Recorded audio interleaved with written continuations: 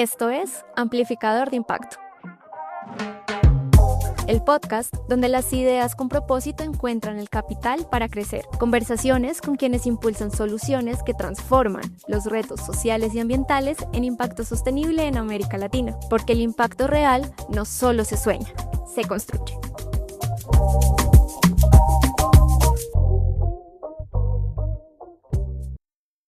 Relatores, contando historias.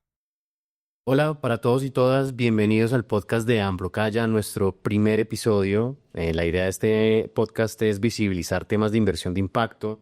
Identificamos que hay personas que quieren entender qué es eso de la inversión de impacto, emprendedores, organizaciones, inversionistas, y tenemos muchos invitados en esta primera temporada.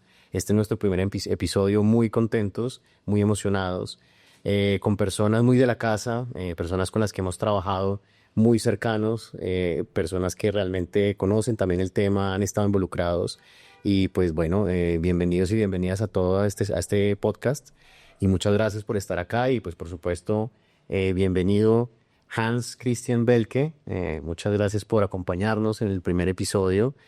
Ahorita pues le doy el espacio, por supuesto, para que se presente, pero la razón por la cual está acá Hans con nosotros en este primer episodio es porque es una persona que admiro mucho, una persona que conozco hace ya 10 años, con los que hemos trabajado desde muchos frentes. Es un emprendedor serial, emprendedor endeavor, y pues realmente, pues realmente tiene mucho conocimiento y también es de la casa. Confío y hace parte también de mi comité asesor.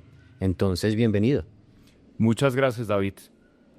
Entonces, pues primero, Hans, cuéntenos un poquito de usted. Hans Christian Belke, eso suena lejano, eso suena como a cuentos de hermanos Grimm, Noruega, por allá, extranjero, pero ahorita lo oímos hablar y pues más colombiano no puede ser. Entonces, bueno, cuéntenos quién es usted y como para empezar. Bueno, primero, Hans Christian Belke, Salcedo. ¿Ok? Mi madre era colombiana, mi padre es noruego. Nosotros, desde muy pronto, digamos, desde muy pequeños, mi mamá nos enseñó a emprender. Y pues nada, de fracaso a fracaso hasta la victoria, no final, espero. Lo que sí puedo decir es que empezamos, yo tuve cultivo de lombrices, conejos. Bueno, hay muchas historias interesantes. Pero todo guiado por ese espíritu emprendedor que mi madre nos dejó. Hoy por hoy somos 3 hermanos, los 3 hermanos somos emprendedores. Mi hermano mayor tiene una agencia de turismo que se llama Hansa Tours, hansatours.com, para hacerle publicidad. Y mi hermano menor y yo pues hemos emprendido juntos. Entonces, lo que me gustaría compartir aquí pues son un poco enseñanzas.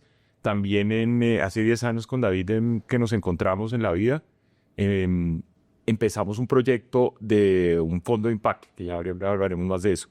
Pero pues básicamente lo que les quiero decir es que pues sí, ha sido un camino que espero que vaya apenas en la mitad del camino, pero pues lo he disfrutado mucho, con sus altos y sus bajos, como todo. Chévere, ¿no? Y precisamente yo conocí a Hans hace 10 años y de hecho la primera vez que empezamos a trabajar yo en ese momento, ¿se acuerda? Estaba yo en una banca de inversión, estaba levantando un fondo de tecnología pura, y estábamos buscando emprendedores que tuvieran experiencia, porque pues por supuesto una de las quejas del ecosistema es un fondo de inversión que son puros banqueros o financieros y que no saben de emprendimiento. Entonces estaba armando mi comité de inversiones y dijimos, bueno, busquemos un emprendedor puro y duro. Y así fue que nos conocimos. Yo salí de ese fondo después de unos... Oiga, ¿y cómo llegó a mí? O sea, ¿quién le fue el que le dio la recomendación? No, el socio de iPhone, sí. En ese momento, está en una red del Endeavor y dijo, mire, este es el... Sí, este es eso el tipo. fue, ¿cómo se llama?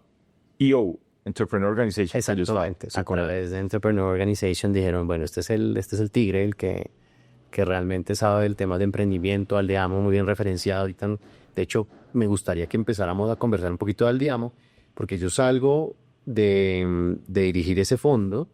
Realmente levantar un fondo es complicadísimo.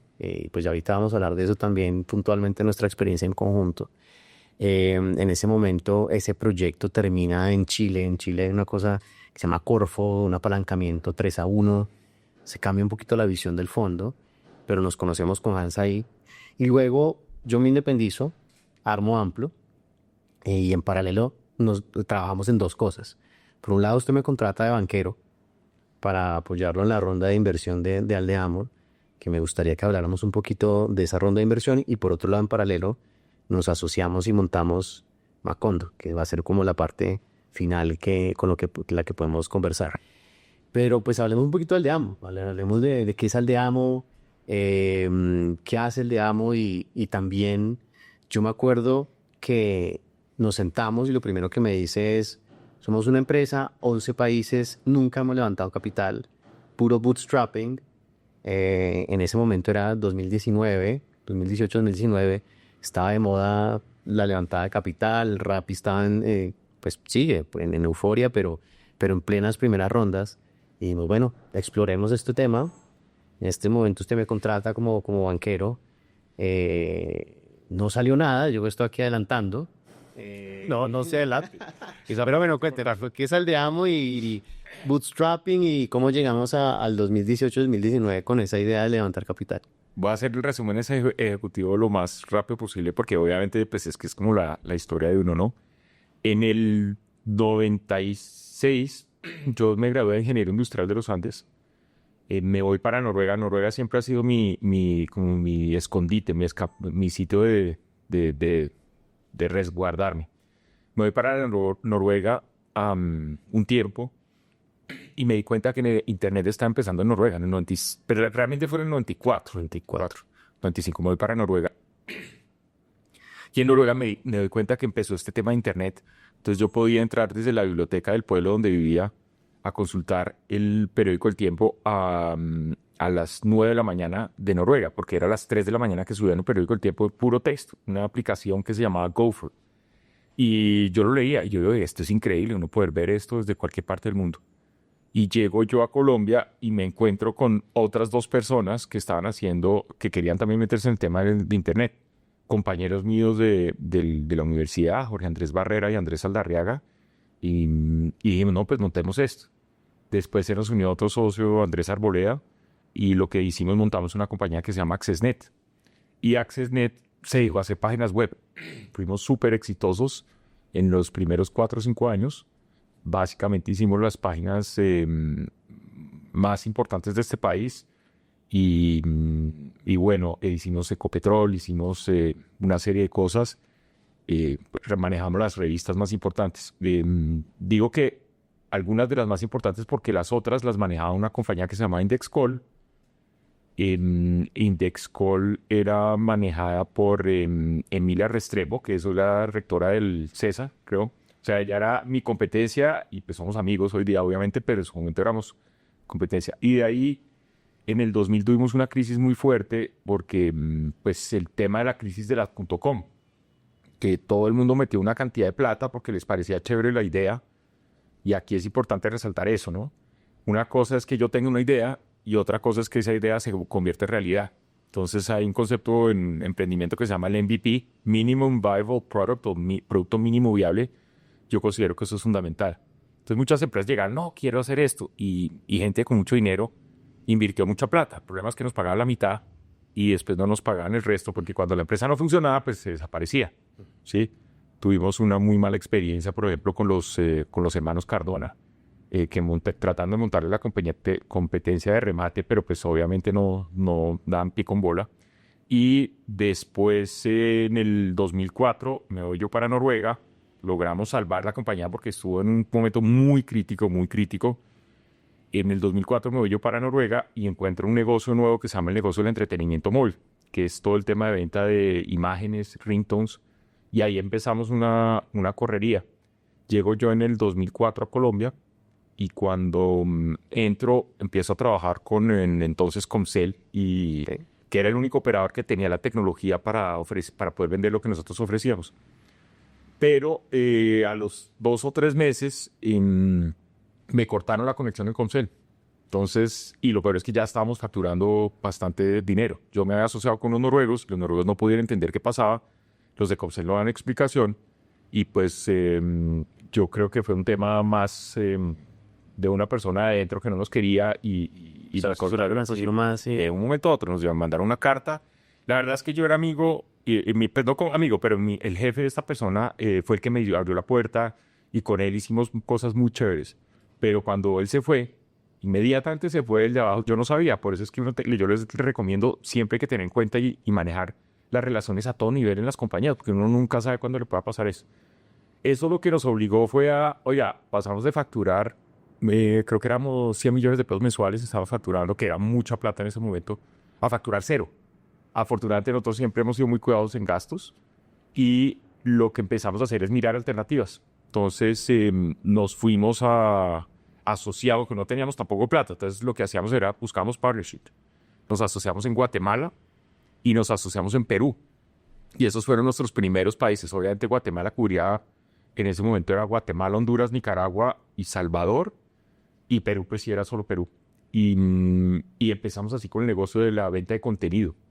Entonces fue un negocio que realmente era muy, muy bueno, porque lo que nosotros hacíamos es que a través del operador celular le cobrábamos al cliente. Entonces cuando uno descargaba un ringtone o cuando uno recibía una suscripción de horóscopos, realmente lo que está pasando es que le está diciendo a su saldo del celular que le descuente, ya sea $1 o ya sea 10 centavos de dólar, pero le descuenta. Es decir, está usando su celular como billetera, ¿ok? Entonces uno dice, oh, wow.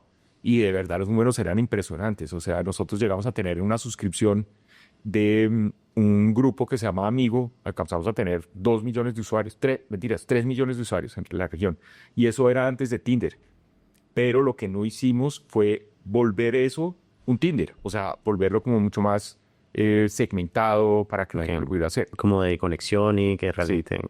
Pero impresionante porque además, pues supongo que la tecnología es eso, pero ya estar empezando en 5 países de Centroamérica y usted estaba acá en Colombia o dónde? Yo en ese momento, sí, estaba en Colombia y sí, ya teníamos pues empezando en 5 países que le digo, haga de cuenta, nos cortaron en marzo del 95, fue eso. Y empezamos a facturar en septiembre del 95. O sea, fueron meses de sufrimiento. Nuestros socios locales decían, pero como uno ya había sentido las mieles de lo que se quería, o sea, el negocio, cómo funcionaba. Y entonces uno, cuando frescos, todo va a salir. Y salió y nos fue muy bien con eso, en nuestro principio. Ok, y después entonces pasó eso. El negocio fue muy bueno durante muchos años. Después nos volvimos perezosos. Y yo digo, y ahí vuelvo y refuerzo. No, que el bootstrapping, que buenísimo y todo. El bootstrapping es bueno para arrancar, para generar ese producto mínimo viable. Hoy estoy convencido que uno cuando llegue a un punto de bootstrap, oiga, listo, ya su modelo de negocio funcionó, ahora toca escalarlo. Para escalar lo que necesita, uno necesita recursos externos. Y los recursos externos no son solo plata. Uno necesita un seniority que le puede poner un fondo, porque el fondo va a estar respirándole a uno en la nuca. Oye, hermano, siga creciendo. No, eso es muy importante porque pues nosotros trabajamos mucho con emprendedores. Y ayer justo estaba hablando con una emprendedora y me contactó y me dijo, oye, necesito una valoración. Emprendedora recién empezando. Y yo le dije, bueno, pero ¿para qué necesitas una valoración? Porque quiero salir a buscar capital. Y pues le cuestioné un poquito por qué quieres buscar más capital. Y al final, en la conversación, nos dimos cuenta que al fin, pues hay una forma de crecer muy válida es a través de los clientes, a través de las ventas, a través de, sobre todo cuando uno está empezando. Un poquito las conclusiones que llegábamos era, bueno, pero necesitas crecer exponencialmente porque vas a crear una barrera o, digamos, porque a veces cuando uno crece exponencialmente y necesita buscar capital externo, es porque de cierta forma está creando una barrera competitiva o quiere ser el primero en el mercado, porque lo que usted dice, o sea, los fondos, si usted se mete con capital externo, digamos que es de equity, entonces usted va a tener un fondo en junta directiva, transparencia, va a tener un tercero ahí que le respira en la nuca. Entonces creo que a veces algunos emprendedores no saben a qué se enfrentan cuando están levantando capital, y sí me parece importante que se cuestionen antes de levantar capital por qué lo van a hacer o no, Y de hecho hay otras fuentes, o sea, usted puede llegar, pues, dependiendo un poquito, por supuesto, de la etapa, y ahorita hablamos un poquito más de los emprendedores que están generando un impacto tangible social. Hay grants, hay crowdfunding, hay créditos, o sea, hay otras alternativas. O sea, yo creo que ese momento en el que usted tiene que escalar es importante también cuestionarse lo que usted quiere como emprendedor, las implicaciones que tiene levantar capital y bueno, y en qué etapa está. Entonces usted me decía, listo, empezaron bootstrapping, ¿cuánto tiempo duraron bootstrapping? Que es, pues le van básicamente crecer sin capital externo. 11 países, me acuerdo en ese momento, 12. En ese momento éramos realmente 15. Ok. Sino que cerramos en el negocio del entretenimiento, pues relativamente era más sencillo manejar porque usted tiene, los clientes son sus operadores celulares. Entonces usted negocia con él los contenidos que va a mandar, usted hace publicidad en medios, entonces es más sencillo. Y entonces teníamos operaciones en Dubái, Kenia y Bangladesh. Ok. Y pues los 12 países de Latinoamérica. Ok.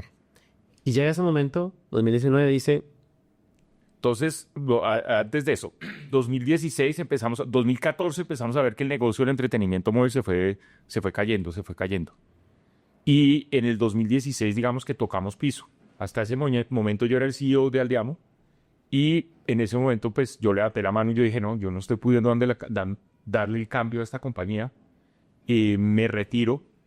Entra mi socio Alfredo Ángel, que hoy es el CEO de la compañía, a tomar el lugar de CEO y a cambiar el modelo de negocio, pero 180 grados. Entonces nos fuimos de todo el tema de entretenimiento masivo, donde nuestros clientes eran los operadores, el consumidor final, a un negocio B2B, donde empezamos a vender comunicaciones SMS, comunicaciones WhatsApp para nuestros clientes finales.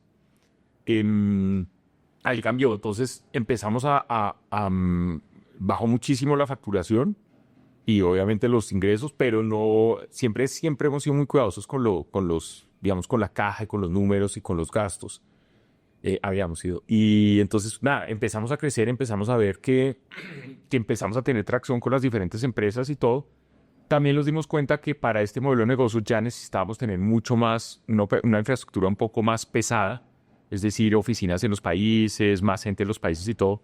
Y ahí fue cuando decidimos empezar a buscar un socio más que cualquier cosa. ok, claro, capital inteligente más allá de capital puro y duro, dinero. Ok, muy bien. Y bueno, y para cerrar esa etapa, llega, usted me contrata, nuevamente, me vuelvo a adelantar, hicimos una construcción de un plan de negocio, crecimiento, metas.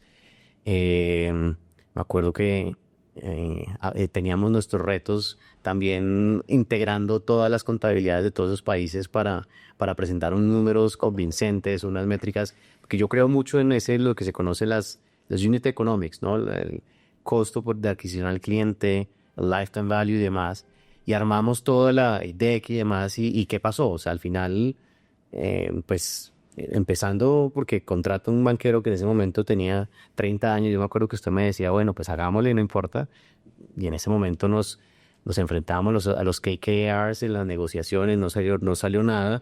Hoy en día, pues ya es otra cosa, pero y hoy en día de pronto, y ahorita hablamos de eso, no necesariamente hubiera tomado ese negocio porque también aprendí mucho, porque me estoy enfocando más en otro tipo de empresas, no tanto de crecimiento exponencial. Los VCs buscan crecimientos 10% mensuales. Cuéntenos un poquito para cerrar este capítulo, cómo vivió esa ronda, qué pasó y si pudiera dar recomendaciones o lecciones aprendidas. Ok, lo primero es que eso fue después de que ya habíamos hecho una vuelta de Macondo, pero ya más adelante hablamos de Macondo. Entonces, pues, yo soy una persona muy booleana con respecto a mis relaciones. Entonces, o confío o no confío, punto. Y pues yo confiaba plenamente en David. Entonces yo le dije, venga, David, ayúdeme a hacer esta vuelta. El problema es que, claro, David con todo el conocimiento del tema, estrategia, finanzas, todo, o sea, todo lo que montábamos el plan de negocios era impecable, era impresionante, mejor dicho, de verdad, un trabajo muy bueno y de verdad lo agradezco y lo felicito. Sí, nos faltó un pequeño detalle y es el tema psicológico. ¿Qué es el tema psicológico? Oiga, señor emprendedor, ¿usted realmente quiere meter un fondo que le meta una plata y que le empiecen a respirar en la nuca después de 20 años? y jugarse la compañía que ha construido después de 20 años? ¿Eso es lo que usted realmente quiere? ¿Sí? ¿Por qué le digo eso? Porque después alguien nos hacía esa pregunta y en el fondo uno decía, yo digo de dientes para afuera que sí, pero para adentro uno como que, uy, no, espera un momentico. O sea, si me trae alguien y esta persona me empieza a presionar, voy a perder mi libertad, voy a perder una cantidad de cosas. Entonces yo lo que primero digo es, lo que tenemos que hacer es, como emprendedores, es tener un objetivo claro. Que, o sea, todo el mundo habla de la pasión, del objetivo. Es muy difícil definir eso. Lo importante es que uno tenga como las ganas de a qué quiero llegar yo, hasta dónde quiero llegar. Yo tengo muchos amigos emprendedores y los amigos emprendedores hay unos que son mucho más exitosos que otros y pues la verdad ellos la tienen clara, pero desde hace 10 años. Un ejemplo es José Vélez de Bolt. En fin, él la tiene clara. Él montó PayU, después salió de PayU, montó Paul, y yo creo que lo único de PayU que se arrepiente es de no haberse salido antes. Porque él la tenía clara que tenía que volver a montar otro negocio. Y consiguió pues unos socios increíbles, Ana Sandoval, Sergio. Y entonces eso, es como, bueno, ¿qué quiero llegar yo? Porque hay dos conceptos que me gustan mucho. Está el lifestyle entrepreneur, que es el emprendedor que tiene su negocio, que es la mayoría de los emprendedores. Y que con eso están tranquilos, les da suficiente para vivir, suficiente para estar con su familia, para estar de vacaciones. Y está el, no sé cómo se dice el otro emprendedor en inglés, pero está el que la quiere sacar del estadio. El que está dispuesto a sacarla, a sacrificarlo y a hacerlo todo para llegar allá. Y yo creo que sobre todo en ese segundo modelo es importante que el emprendedor, más que tener la clave, es tenerla clara en sus finanzas, ¿sí? Yo soy de la escuela de que mi hijito no se endeude, ojo con los bancos, ojo con esto, todo. Entonces eso me pegó muy duro. Y hoy puedo decir que digo que uno tiene que buscar, si uno realmente quiere crecer todo, tiene que buscar cómo apalancarse. Ok, no, excelente. No, entonces al final yo pienso que es conocerse a uno, también entender qué es lo que uno quiere y lo más importante es también lo que te pregunto siempre a los emprendedores, no todos queremos lo mismo, o sea, al final ahí, y choose your sacrifice de cierta forma, como si va a crecer exponencialmente, pero ¿a qué costo? Y bueno, durante todo este episodio hemos hablado de Macondo, aquí para dar un contexto. Entonces, nuevamente, me independizo 2018. En ese momento, que eran como 2 años, un año después de que firmamos la paz con las FARC en el gobierno Santos. Usted, Noruega muy metido en temas de paz, muy contentos, el país de pronto con otra esperanza, otra expectativa en su momento.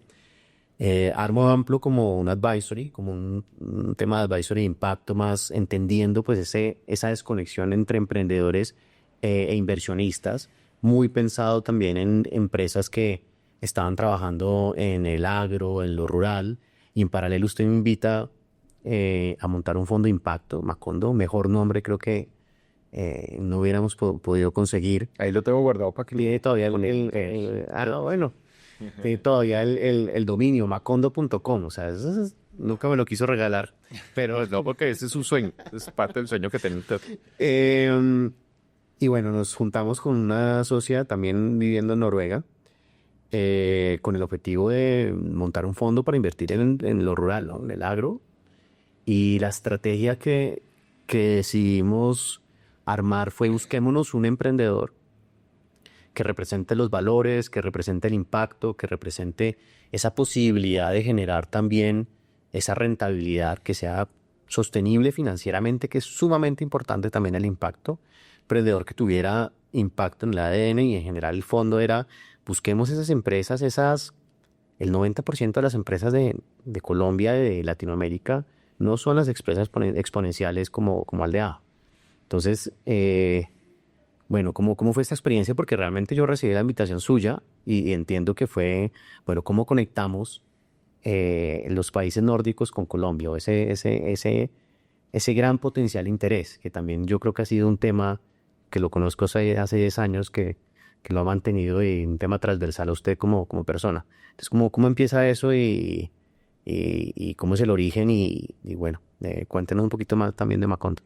Bueno, entonces, digamos que mi sueño siempre ha sido uno de mis grandes sueños, quizá el más grande, es crear un puente entre los países nórdicos y Latinoamérica. hay que empezar desde pues algo y pues obviamente por mis raíces noruegas, pues Noruega y por mis raíces Colombia, Noruega y Colombia. Entonces es como siempre ha sido mi sueño y soy súper recurrente y sigo insistiendo y hay momentos que me dice ya no moleste más, a los noruegos no les interesa Colombia y a los colombianos tampoco les interesa que los noruegos les ayuden. Entonces no moleste, no moleste. Entonces ahí sigo molestando. Salgo yo de Aldeamo, como conté en la anterior experiencia. Una de las razones por las que salí de Aldeamo es que realmente estaba burnout. Y pero no lo sabía. Uno cuando le duele la rodilla, pues oiga, me duele la rodilla, voy a médico. Pero cuando el problema es de la cabeza, la que está mal, pues la cabeza no le dice que está mal, sino simplemente uno actúa de forma mal. Entonces yo estaba buscando qué hacer después de salir del Aldeamo y pensé, oiga, chévere, pues un sueño es crear un fondo. Llama a David, nos pusimos en contacto con la persona que estaba en Noruega, que también excelente, era consultora, y empezamos el fondo. Pero ahí sí yo, y lo digo acá públicamente, pues no estaba en la capacidad. A mí, por ejemplo, me llegaba algún tema, no sé, un tema legal que tenía que ir a un juzgado o algo, por los temas digamos, normales del día a día, y eso era para mí como si se me formara un súper problema. Entonces, definición de burnout, todo me pesaba, todo. Entonces, yo no estaba en el momento indicado, pero la idea era buena. Entonces empezamos a armar el fondo, mucho trabajo de David, mucho trabajo de la otra socia, y yo estaba muy flojo, pero, como les digo, quería seguir empujando la idea. Entonces conseguimos una empresa en Putumayo colombiano, que lo que quería hacer era cultivos de azaí. Y yo me acuerdo que nuestra promesa de valor era, oiga, reemplacemos los cultivos de coca por cultivos de azaí. Y conseguimos una entidad noruega, Nurat, que a propósito pues, ha sido súper colaborativa, ha estado muy metida en Colombia, realmente vale la pena mencionarlo. Y montamos un proyecto. Ese proyecto pues, lo armamos con el emprendedor del Putumayo y pues se lo vendimos a Nora. Ese proyecto nos tocó modificarlo varias veces, no se me acuerda que nos decía, no, nos venía, invertimos en clientes, todo. Y acá viene la parte un poco oscura del tema, y esto yo creo que en términos generales del impacto, en general, que es, digamos, como una crítica constructiva del impacto. Nosotros sentados, nuestra socia allá en Noruega y nosotros acá en Colombia, armando desde un Word un documento con unos estudios y con unas estadísticas de cómo íbamos a salvar nosotros el mundo a punta de siembras de azaí reemplazando la coca. Recuerdo que cuando ya nos salió el proyecto, hicimos un viaje a Puerto Asís. ¿Se acuerda? Sí, claro.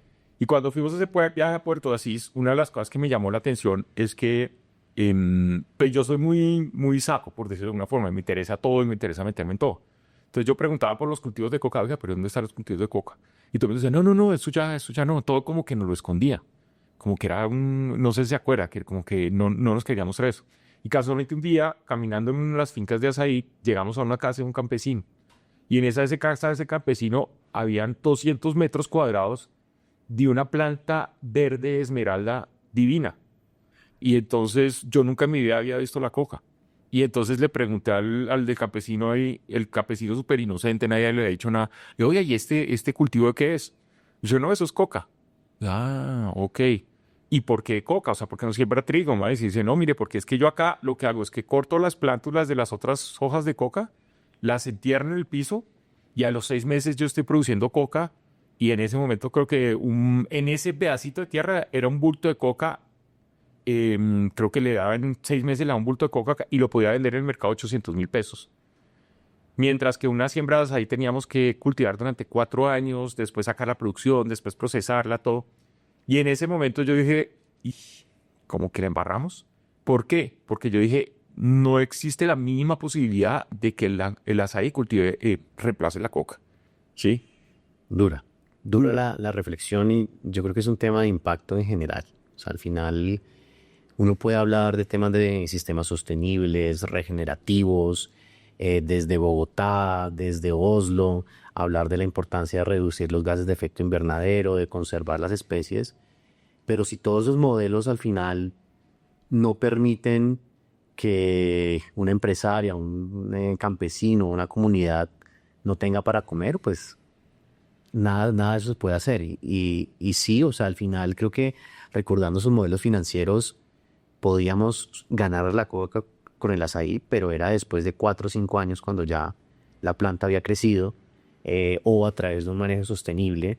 Y métale usted también el tema que las hay que congelarlo, toda la cadena en frío, procesarlo, transportarlo y si no se daña, si no llega a la planta a las 24 horas. Entonces, los retos de la realidad y los retos de estar en terreno, uno nunca los dimensiona. Yo creo que también eso fue, pues, la falla pues, de todo emprendedor, puntualmente eso, de pronto de toparse con una realidad.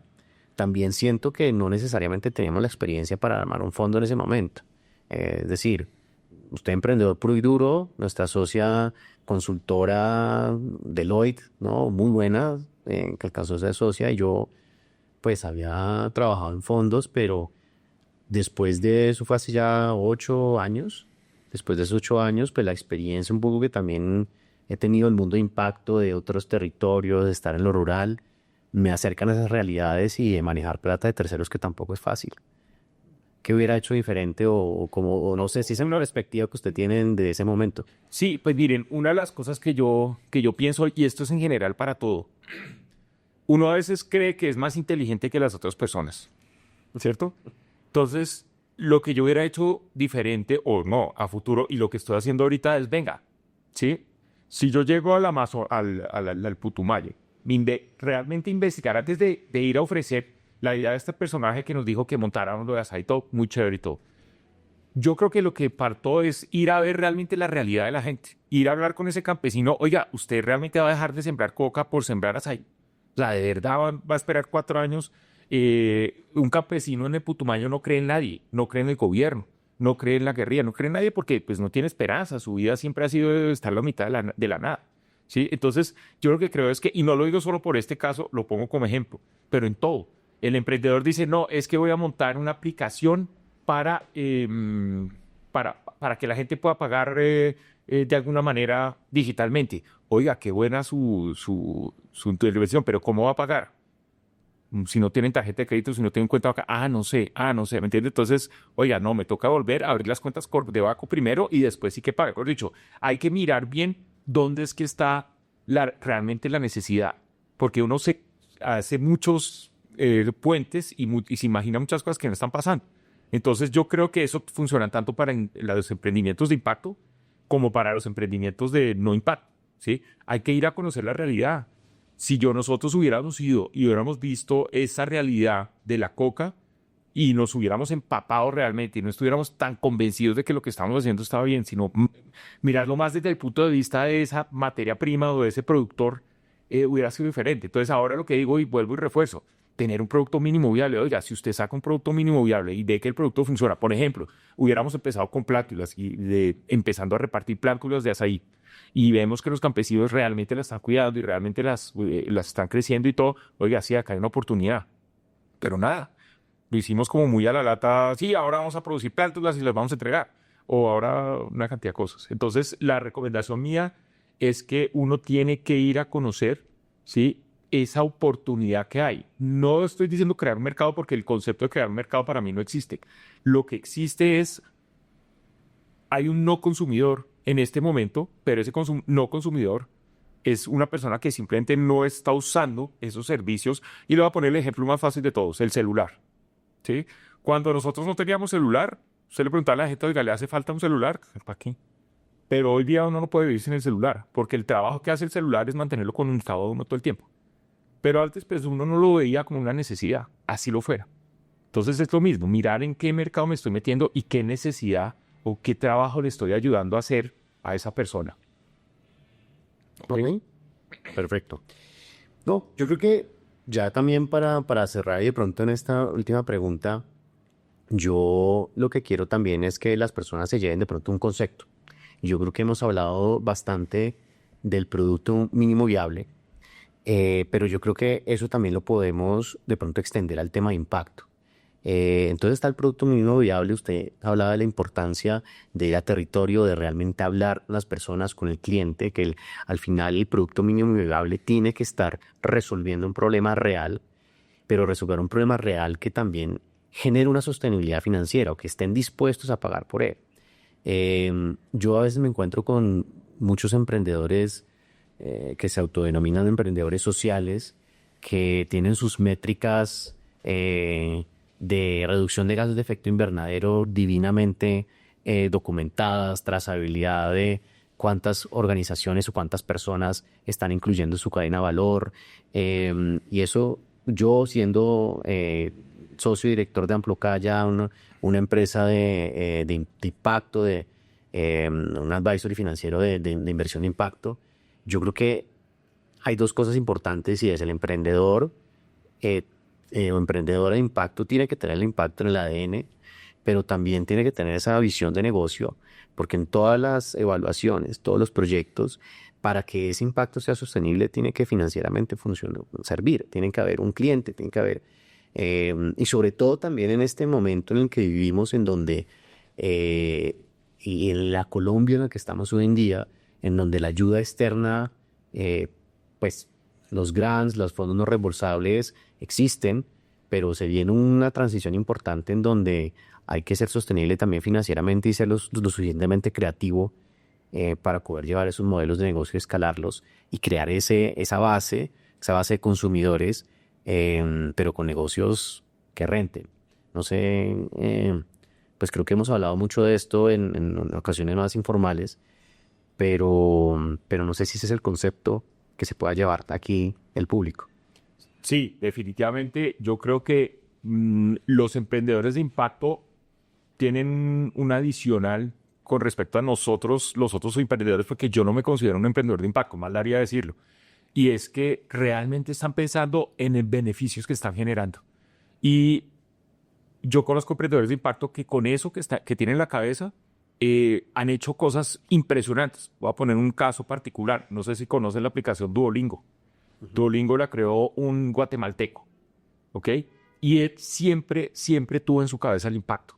¿Sí? Él, antes de crear Duolingo, él creó Gacha de Google. El Gacha lo creó él. Ya sé cuál es. Para verificar que uno es humano. Y antes de eso, él, cuando vivía en Guatemala, y esto lo cuenta en un podcast que oí de él cuenta que él quería tener un gimnasio en los pueblos, poner gimnasios en los pueblos en Guatemala, pero quería que los gimnasios fueran gratis para que la energía que generaba la gente cuando hacía ejercicio, por ejemplo, montando en la bicicleta, le sirviera al pueblo para dar la electricidad al pueblo. O sea, él es un emprendedor de impacto y hoy día es una compañía de billones de dólares y creo que lo sigue teniendo en el ADN. Entonces, todo, y estoy totalmente, digamos, muy radical en eso. Si yo hago un proyecto de impacto que no es sostenible, más allá de que lo paguen las diferentes organizaciones, ese proyecto tarde o temprano se va a morir. Tiene que ser sostenible. Y desafortunadamente la sostenibilidad, más allá de los indicadores que hablan en Venture Capital y todo, el negocio es muy sencillo. Yo compro a 5, le transformo con 2 y vendo a 10 y me gano 3. Así es en los negocios. Y yo debo estar en capacidad de escalar negocios así. ¿Ok? Perfecto. No, pues muchas gracias por aceptar esta invitación. Muchas gracias, David. De verdad que nuevamente quiero hacer estos primeros episodios con personas que admire y estoy seguro que hay muchas historias que contar, y aquí la historia del Deamo de Macondo es algo que realmente puede inspirar a varias personas. Hay una cosa que quiero adicionar que se me olvidó. Listo. Hay dos cosas. Primero, pues lo felicito porque usted es un vivo ejemplo de que le está metiendo la ficha Amplo. Hoy día el impacto pues está muy golpeado a raíz de lo de USAID y todo este tema. Pero hay una cosa que yo he notado, una característica especial de todos los emprendedores exitosos que yo conozco, ¿sí? Todo el mundo piensa que es resiliencia. No, esto es una consecuencia de la resiliencia y se llama la disciplina. Y usted es un tipo muy disciplinado y todos los emprendedores exitosos que conozco son súper disciplinados. Entonces, si hay emprendedores ahí oyéndome de impacto, de no impacto, miren, la disciplina es lo más importante. Sí, usted mismo me decía, es decir, uno puede pasar por una crisis, pero si al día siguiente en que supera la crisis vuelve con los mismos hábitos que lo llevaron a crisis, pues de nada sirve superarlo. Totalmente de acuerdo. Entonces, ¿no? Pues excelente. Bueno, muchas gracias. Gracias por acompañarnos en este episodio de Amplificador de Impacto. Si te inspiró lo que escuchaste, suscríbete ahora y comparte este podcast con alguien que también quiera ser parte del cambio positivo. Visita amplocaya.com para conocer más sobre cómo Amplocaya está contribuyendo a la movilización de capital para un desarrollo económico, inclusivo y sostenible en América Latina. Nos vemos en el próximo episodio, porque el impacto no solo se escucha, se amplifica.